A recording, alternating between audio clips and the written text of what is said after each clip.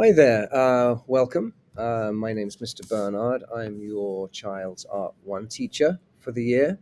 Art 1 is a year-long um, class in exploring many different facets of art. And a lot of art classes here at the high school are semester-long. This is a year-long one.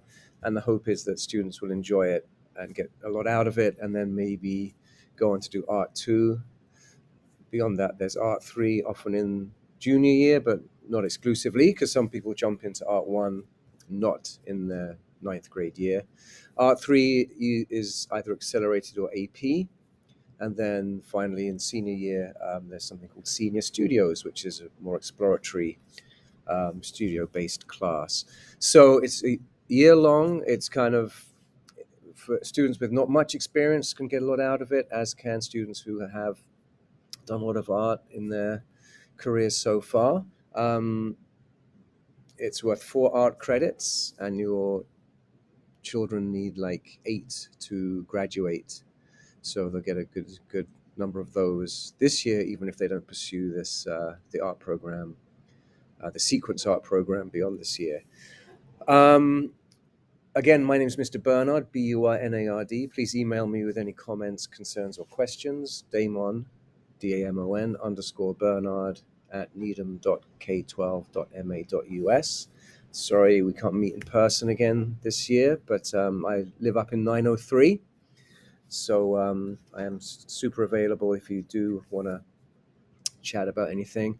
Also, just a background for me, I've taught in Needham for 20 years at this point, which is pretty amazing. I did a lot of years at Broadmeadow Elementary School, and then I switched up to the high school about 6 years ago. So some students I've had the pleasure of knowing as first, second, and third graders, which is awesome to see them as these very accomplished, confident young adults now in the class. So been a very special experience for me having switched up to the high school. Also, just emphasizes what a great art program we have in the town through all the different levels. So I'm just going to zip through a few examples of student work on a quick slideshow from previous years, just to give you an idea of some of the concepts and things we might be making. I'm going to present. I might disappear from that little box in the bottom of your screen, but no biggie. Here we go. Yes, I have disappeared. So here's a few examples. We talk about line, and so what we've been working on so far this semester, even non-representational line, how it can create the illusion of movement or texture or form. Here's some line work in paper, like it becomes three-dimensional with folding and cutting. And here's a more involved paper sculpture here. Again, we won't necessarily be doing all these things this year, but the concepts we certainly will be covering. Here's a bit of shading, a bit of rendering, turning a shape into a three-dimensional form with the use of gradation and observing where the light is hitting an object to give that illusion of depth. Bit of printmaking. Hopefully towards the end of the year, we'll do some sequential printmaking where there's one block, you sequentially carve away at it, adding a color at each carving to build up a multicolored print. We study negative space, the space around an object. So we kind of flip our brains and draw the empty space as opposed to the object itself. And then, hey presto, by doing that, you actually do draw the object in terms of the negative and positive space relationship. This is a little kaleidoscopic design made through repeating negative space painting of a plant. Here's a lovely paper sculpture, again, based upon a plant or a flower. A bit of landscape. We talk about compositional devices like the rule of thirds and blending, overlapping, how we represent space on a flat surface. This is done in oil pastels. This piece explores sequence, how you can show time passing through a series of images. Again, there's a lot of student choice in this particular assignment. Should we do it this year? Some are much more regimented and more like just learning a skill, but we always want to make sure there's room for the students to explore and find their own voices. By the way, there's 3 teachers in Art 1 this year. There's myself, Miss Burke, who's next door to me, and Miss Burnall.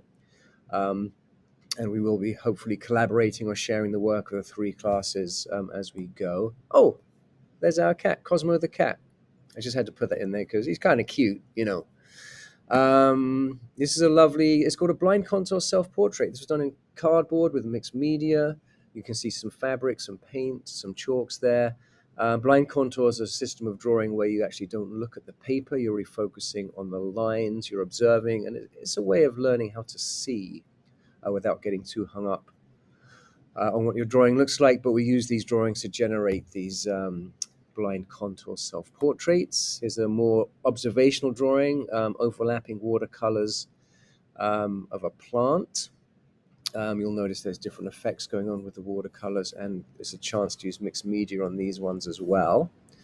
Life drawing, some figure drawing. This is done with charcoal, very quick drawings, just about proportion and showing movement of the, and we'll be posing for each other. Oh, that's unusual, a teenager looking at a phone. I never saw such a thing.